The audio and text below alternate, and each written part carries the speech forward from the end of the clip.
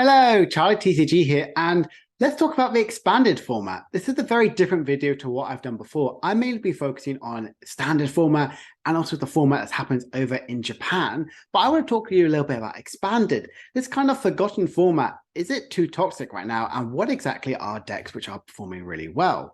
So what is expanded? Expanded is pretty much all the Pokemon sets from black and white to the current era are legal. That's 5 eras for the Pokemon TCG. That goes from EXs to GXs, tag teams, VMAXs, and even the return of the EXs here. And the format pretty much remains unchanged since 2020, where they did the last ban cards like Shaman EX, one of the best cards to ever be printed in a Pokemon trading card game. So it's a huge pool of Pokemon with literally tens of maybe even hundreds of thousands of different type of Pokemon combinations. And what's happened is there's been no premier event scheduled in this format. The last one was in February 2020, and we all know what happened after there. Pokemon closed all the events down due to having COVID. Although there was a latest big tournament over in Japan back in the end of February, where there were 700 players, and it was in fact won by Lugia. It's a really, really fun format. Expanded used to be when it was before Sun and Moon came along. I played a load of its expanded format and I loved it.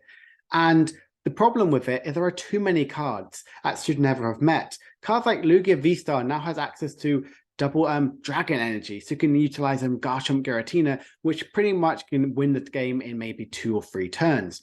There's a whole reason about why expanded is a bit of a problem. Control was way too powerful and resulted in constant bans being made. That's why Shaman EX got banned. That's why cards like so many others were like the Milotic one, so many cards which got banned, which never really seemed that much of a problem.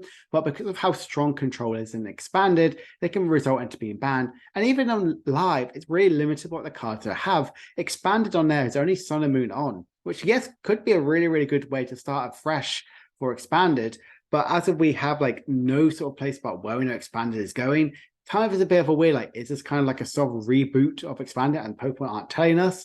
Or we just have to see to find out. But what I want to talk about is what decks are actually good and expanded. Yes, this tournament happened maybe a couple months ago, but I want to highlight and see what is actually good. I know a few of you were really interested to see what is actually expanded format looking like right now.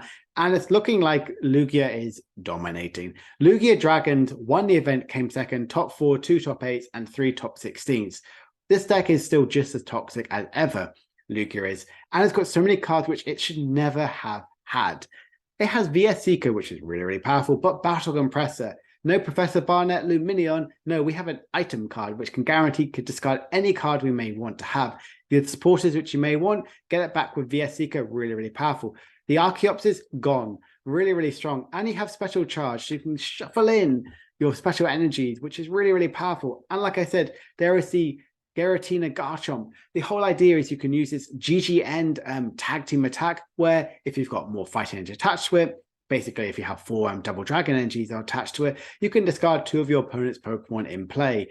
Really, really good. You're not getting the and you're not getting like the Pokemon like prizes, but you can potentially get your opponent from not even taking a single prize card. If you're going second, if they just go, if you go first, you get the setup and they go second, they don't do anything. You can win instantly with this. You have the Good Sword Naganadel, you have the Garchomp V, so you can do damage to the bench. Really, really kind of a toxic sort of deck. The idea is you want to win in 1 or 2 turns. You can and utilize push all the special energies back in with special charge. Combination of cards which never should have met, like Battle Compressor with Lugia, would have been devastating. I would love maybe a Battle Compressor, maybe even a reprint, but softer. But right now it's so devastating for the Lugia because you can see the combo of what they're trying to do and win in a few turns' time. Another card which is doing really well, which had a lot of hype into it even before Lugia, is Shadow Rider. Shadow Rider has the Underworld Door, so you can flood your board with energies and get some drawing into it. And you can use cards like Gengar Mimikyu to stop your opponent from playing any item cards, any trainer cards from their hand, which is really, really scary. And you can use Dustin or Trevenant to shuffle one of their cards from their hand into their deck. Really, really kind of scary. And you team up with Alolan Muck, which makes your opponent and basic Pokemon abilities are not in play. And the rest of these supporters, we see the return of N, we can see Marnie, we see Faber, we see Acerola, and loads of other sort of fun cards like Mysterious Treasure, and even cards like Super Scoop Up. Scoop Up Cyclone. You can see there's a whole range. You can use, even here, you can use a V-Star attack, a GX attack, and even your A-Spec, which is an insane combination of cards. Shadow Rider is very, very scary. You can even use Radiant Eternities, so you can boost up the Pokemon out in play. And if you start with it, you can use Scoop Up Cyclone to put it up and then pop it back down again. It's really, really scary to be this big disruptive control aspect with the Gengar, Mimikyu, and Trevenant, but this big finishing attacker with Shadow Rider. Very, very scary. But my favorite one has to be like Serena. I think Serena is really fun. It's not as toxic as it is, but it does more damage for the amount of Pokemon you discard. Very similar to Mega Gardevoir, if you remember that from like 2016, I believe.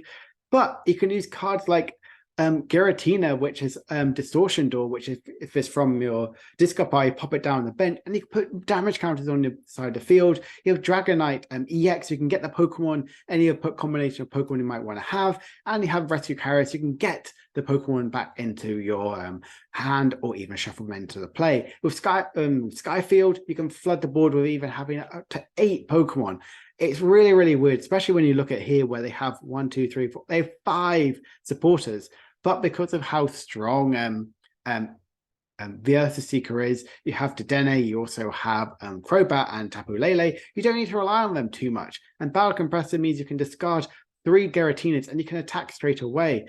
It could even potentially have played a Max Lix if you're really worried about it, so you can get the attack out turn 1. But Raihan makes you attack very, very easily, quickly, with their Pokemon is knocked out early on. So you can get these big damage out as quickly as possible.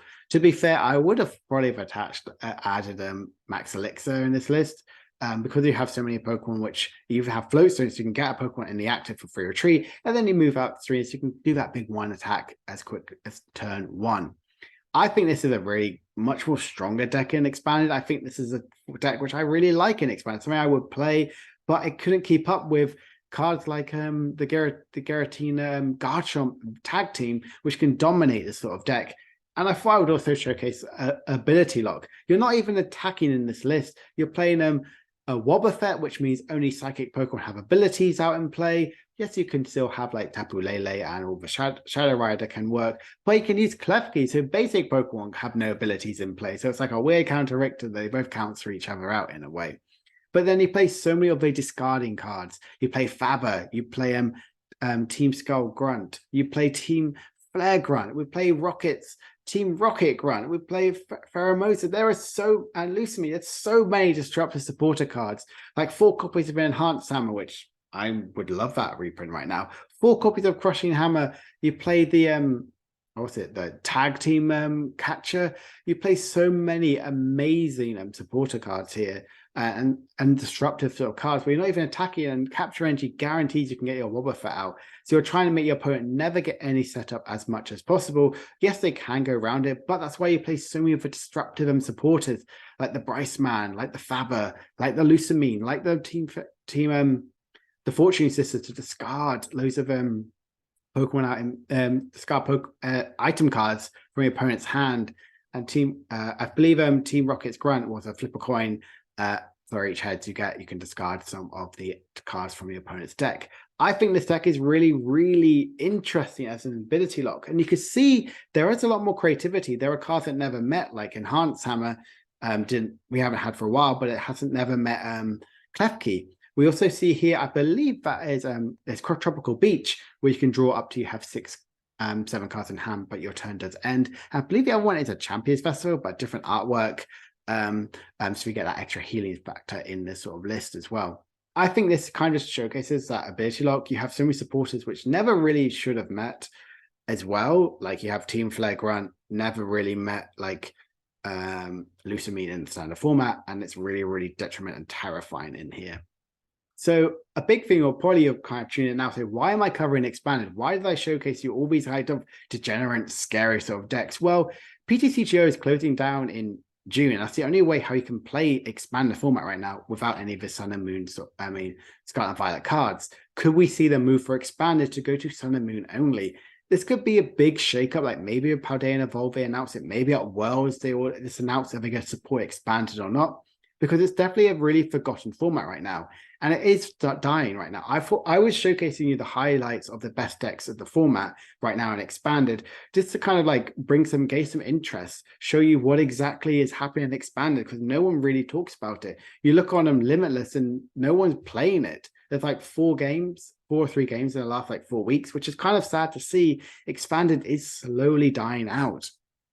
So even my classic phrase, looking ahead, could we see expanded return? I would love to see expanded. I would love to see expanded just return in a way. Maybe they cut or ban loads and loads of cards, or just make it Sword and Shield on or Sun and Moon on, just to remove loads of these big, powerful archetypes like VS Seeker, like Battle Compressor, like the likes of Special Charge and Double Dragon Energy. If we get rid of those and just make it Sun and Moon on, it can make it maybe a bit more healthier format. Because right now it could be potentially too toxic to play because of how powerful, you guessed it, Lugia V-Star really is in this format. And I really want them to change the card pool. Maybe if they introduce some more bans. Like I said, it hasn't had a single ban since 2020. And that was back in November time. So it's been nearly 2.5 years since we've seen, 2.5 years since we've seen any change to this expanded format. I used to love this format. It was one of my favorite formats to play back in 2016, 2017. But right now, I dread to even play it because some of the cards are skyrocketing in price due to how limited they are in print and how expensive they are and useful in the game. So I hope this has been quite informative and kind of explains to you what's happening right now in Expanded. If you have enjoyed this video, please make sure to like and subscribe. And do you want me to cover any more Expanded sort of archetypes, or even some things in Pokemon which you want to talk about? Do you want me to discover GLC? If you do, please make sure to comment down below. Remember to like and subscribe if you're new. My name is Chai TCG, and I hope you've enjoyed the video. Bye for now.